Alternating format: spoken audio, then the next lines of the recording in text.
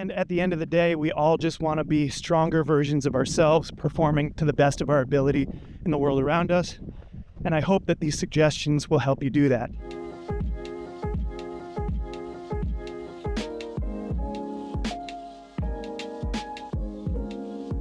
Hey guys, let me pop in here really quickly before we get into it. Turns out when you run outside, there can be wind. And for some reason, my audio settings were a little off on the camera, so it did pick up quite a bit of the wind sound in the background. But stick with it. I believe the information in this video is helpful for all types of runners. So stick through the end and let me know what you get out of it. Enjoy. Come on, lace up, hit the trail with me. Hey everybody, it's Alexander Tucker. Thanks for dropping into my channel where we talk about fun things like trail running, ultra running, and adventure travel around the world. Today I wanted to talk about the topic of what it's like for first-time runners or people who are new to running. Questions that people have to make sure that they know they are doing it right. Because the problem that people have when they come to running is that they just start doing it and nobody ever taught them how, which is okay. I'm a full advocate for people who just put on shoes and start running. I have some suggestions here for some first-time runners, newbies, people who are trying to learn and grow in their running habit and in their running discipline, hoping to get a little bit better. Maybe you want to run farther, faster, get a little leaner, or run with some friends. So here are some suggestions I have. First thing is to focus on your running form. What I mean by that is, how does the body stand in posture? What position do you hold when you run? Are you very aggressive? Lean forward, hunch your shoulders, swing your arms, stomp your feet, throw your legs out really far so that you slam down hard on your feet.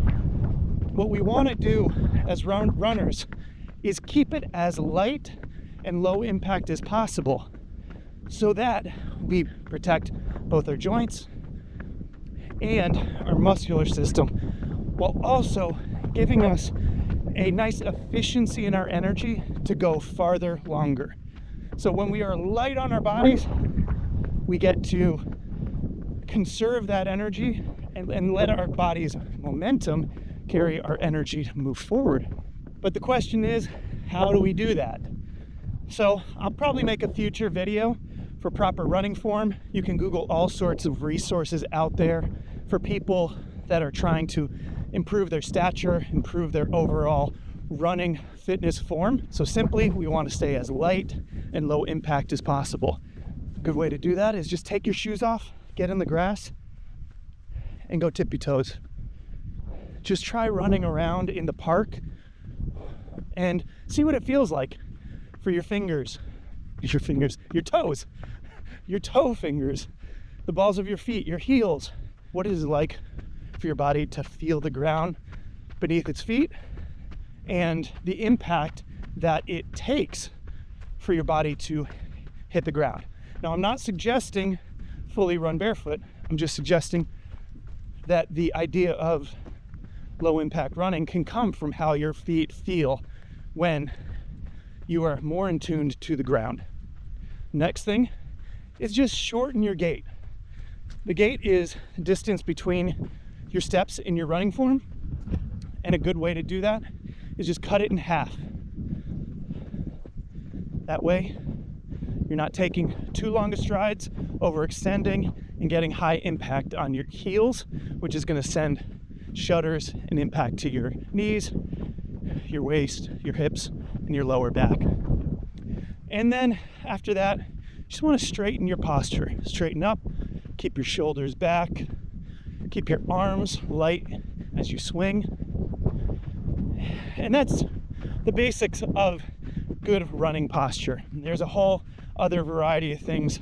As I said, you can get out there, dig into what people are doing to share that information with you.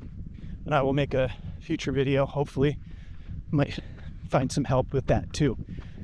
And the next thing I'd recommend for running newbies, everybody who's looking to improve as a runner, is to mind your pace.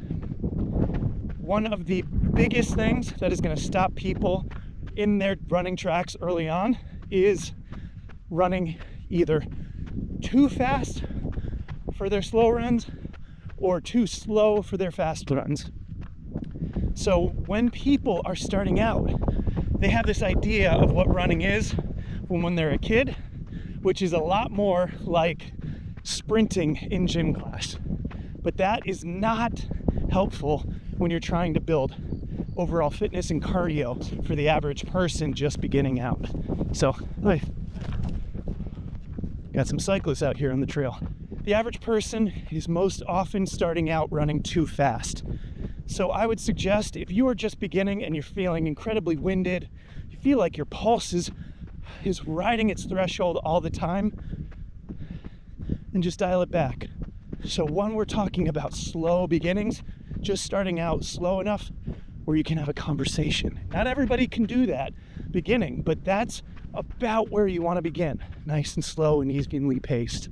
So up until this point, we are keeping it light in our body, our frame, nice and loose, but straight.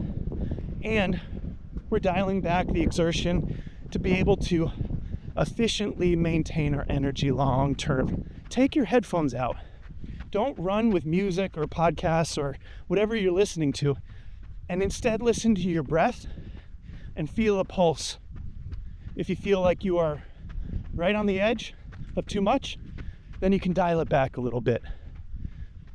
Alternatively, if you're running with people and you wanted to practice that, you could have a conversation. And then whenever you feel like you're throttling too high, you can say, hey, can we pull this back? I'm getting a little too hot here. So that idea is to be able to help you build running efficiency. So those are the first few things that we are identifying to improve. And the next thing that I would suggest is to focus on time rather than distance. Everything in fitness and endurance sports, whether it's running, cycling, swimming, everything is about distance. It will depend based on a person's fitness level, how fast they run at a certain distance. Some people are 5-minute milers and others are 10-minute milers. Other people are really, really fast and other people not as much. So we actually want to shift that and not focus on the distance so much as the time, so that it gives you the ability to track on metrics that actually matter more. It's a lot easier for you to say, I'm going out for a 10-minute jog or a 20-minute jog or a 30-minute jog than it is to say, I got to go finish 5 miles. I can't do that. We're going to leave this and get to running again here. So it just simplifies the process by not having to focus on distance and focusing on time instead. It alleviates another level of learning that frees you from having to focus more energy on something you don't need to right now. So why do we say time and not distance? Because time is a lot easier to track for you to be able to just say, I'm going to go out with my lowest, slowest pace that I can and just go for 30 minutes. Or however long you want it to be. It could be 5 minutes to start. But it can feel really defeating to say, I didn't reach that mile. When at the end of the day, we're just trying to go out there and learn how to be better runners. So 10 minutes is enough if that's what you're looking to just get out there and do. And the next and final thing, you could call it the bailing wire or the ribbon that wraps it all together, is the recommendation to just listen to the body as much as you can. We as humans are incredibly in tune creatures, but we also live in a world of distraction. So the best thing that we can do for ourselves is give our body the attention that it is craving. That's why we go out to places like this and we listen to the birds, we listen to the breeze, the ocean, the waves crashing. And I know that I am basically criminal out here talking and breaking the silence with this camera, but I just bring it out here to share it with you as to what this can mean to take the headphones out and listen to the body, listen to your feet, to what your heartbeat is telling you. We get to be much stronger runners when we pay attention to what our whole system is trying to inform us about. Are we breathing too hard? Are we breathing too hard for a nice fun run? Then pull it back a little bit. Is my pace too high? Is my heart rate too high? All of these things can inform us on how to be a better runner in the moment. As we're out here in Moore Mesa finishing up this video, I hope that this was helpful for you today. Let's turn around. We're gonna go back. And at the end of the day, we all just want to be stronger versions of ourselves, performing to the best of our ability in the world around us. And I hope that these suggestions will help you do that.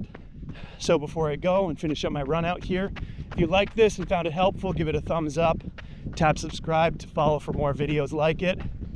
And if you're looking for somebody to help you on that journey yourself, I am a coach in my business where I help people not just in their fitness and endurance, but in their life goals and building the dream life that they desire. I would love to offer you a free sample call. You can schedule that in the link in the description below. So I appreciate all of you guys. You have no idea. Wherever you are, I wish you all the best. Safe travels, happy trails. Take care.